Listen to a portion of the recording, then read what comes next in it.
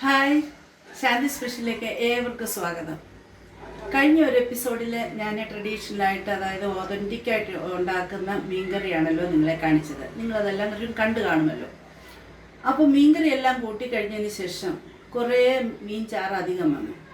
നമുക്കത് കളയാനും വയ്യ, അത് വെക്കാനും വയ്യാത്തൊരവസ്ഥ. നമുക്കെല്ലാവർക്കും ഈ ഒരു അവസ്ഥ വന്നിട്ടുണ്ടാകും.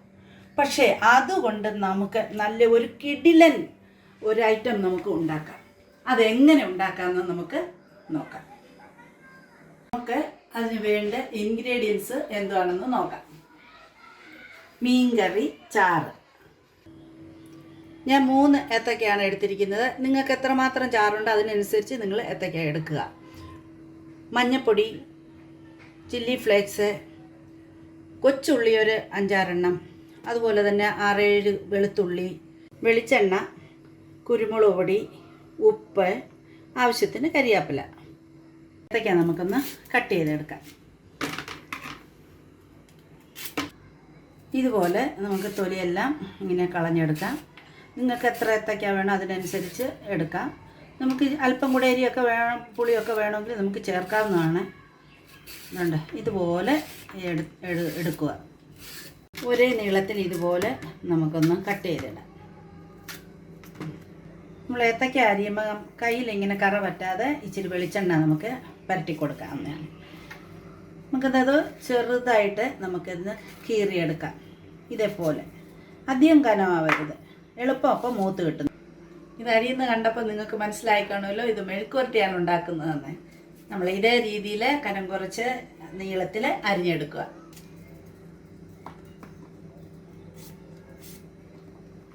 ഇൻ കേസ് നിങ്ങളുടെ കയ്യിൽ ഏത്തക്ക ഇല്ല എന്നുണ്ടെങ്കിൽ നിങ്ങൾക്ക് ചേമ്പ്, ചേന, ഉരുളക്കിഴങ്ങ്, അല്ലെന്നുണ്ടെങ്കിൽ ചീവക്കിഴങ്ങുണ്ടല്ലോ, അത് ഭയങ്കര ടേസ്റ്റാണ്. അത് ഇതേതായാലും ഇതിൻ്റെ കൂടെ നന്നായിരിക്കും. നമ്മൾ അരിഞ്ഞെടുത്ത ഏത്തക്ക നമുക്കിനിയും വെള്ളത്തിലേക്ക് ഇട്ട് കൊടുക്കാം. നമുക്കിതൊന്ന് കഴുകിയെടുക്കാം. നമുക്ക് സ്റ്റൗ ഒന്ന് കത്തിക്കാം. ഈ മീൻചാറിനകത്തോട്ട് നമുക്ക് ഈ ഏത്തക്ക ഒന്ന് ഇട്ട് കൊടുക്കാം. ഇതിലേക്ക് അല്പം മഞ്ഞൾപ്പൊടി നമുക്ക് ഇട്ട് കൊടുക്കാം. കുരുമുളക് പൊടി നമുക്ക് ഇട്ട് കൊടുക്കാം. ശരിക്കനുസരിച്ച് ഇട്ട് കൊടുക്കാം. നമുക്ക്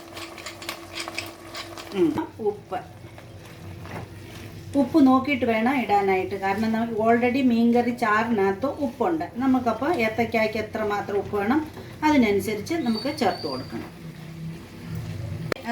കരിയാപ്പില നമുക്ക് ഇട്ട് കൊടുക്കാം. ഇനി നമുക്ക് ഈ സൈഡിലുള്ള മീൻകറി ചാറൊക്കെ ഇങ്ങോട്ട്, ഇത്രയും നല്ല മീൻകറി ചാറ് എങ്ങനെ നമ്മൾ കളയുന്നത് കണ്ടേ, ഇതുപോലൊന്ന് വടിച്ചതിനകത്തോട്ട് ഇട്ട് കൊടുത്തിട്ട് ഒന്ന് മിക്സ് ചെയ്യാം നമുക്ക് നല്ലോലെ. കണ്ടോ, മീൻകറിക്ക് ഒരുപാട് ചാറുണ്ടെങ്കിൽ നമുക്ക് വെള്ളം ഒഴിക്കേണ്ട കാര്യമില്ല. ഏത്തക്ക എളുപ്പം വേവുന്നതാണ്. എന്നാൽ ഒരല്പം വെള്ളം അടിയിൽ പിടിക്കാതിരിക്കാൻ വേണ്ടി ഒരല്പം വെള്ളം ഒഴിച്ചു കൊടുക്കാം. എന്നിട്ട് നമുക്കിതൊന്ന് അടച്ചു വെക്കാം. നോക്കാം.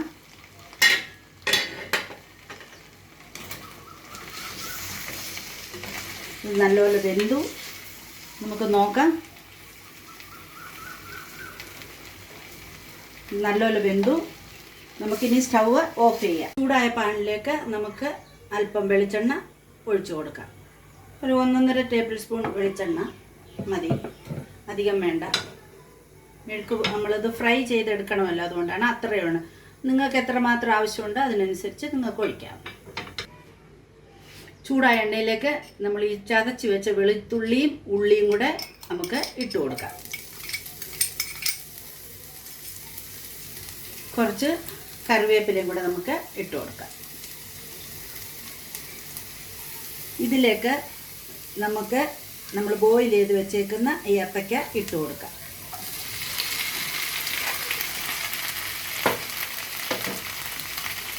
ഇനി നമുക്കിതൊന്ന് ഇളക്കി കൊടുക്കാം.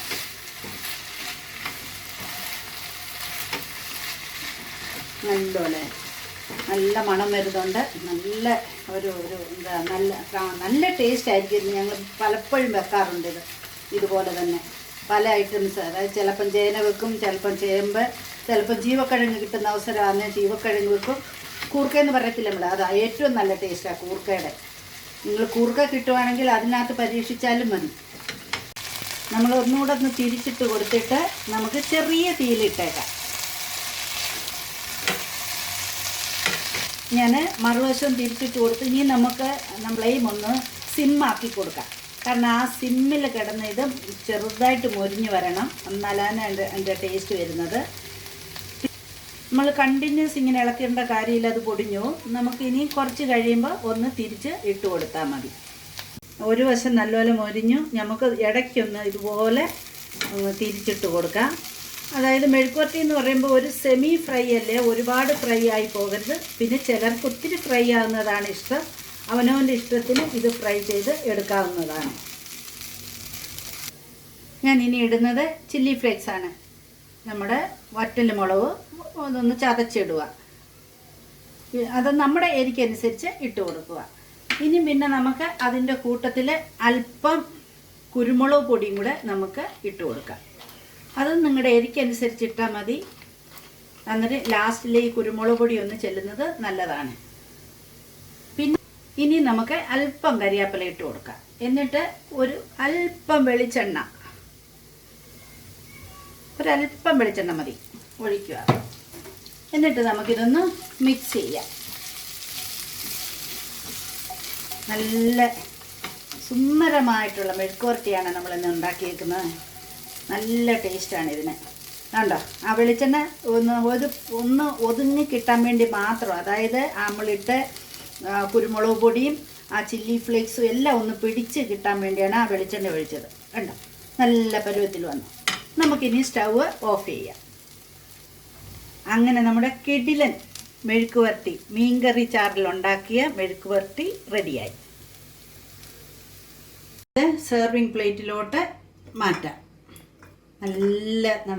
നല്ലതായിട്ട് വന്നിട്ടുണ്ട്. ഇനി ആരും മീൻചാറ് അധികം വരുന്നത് കളയരുത്.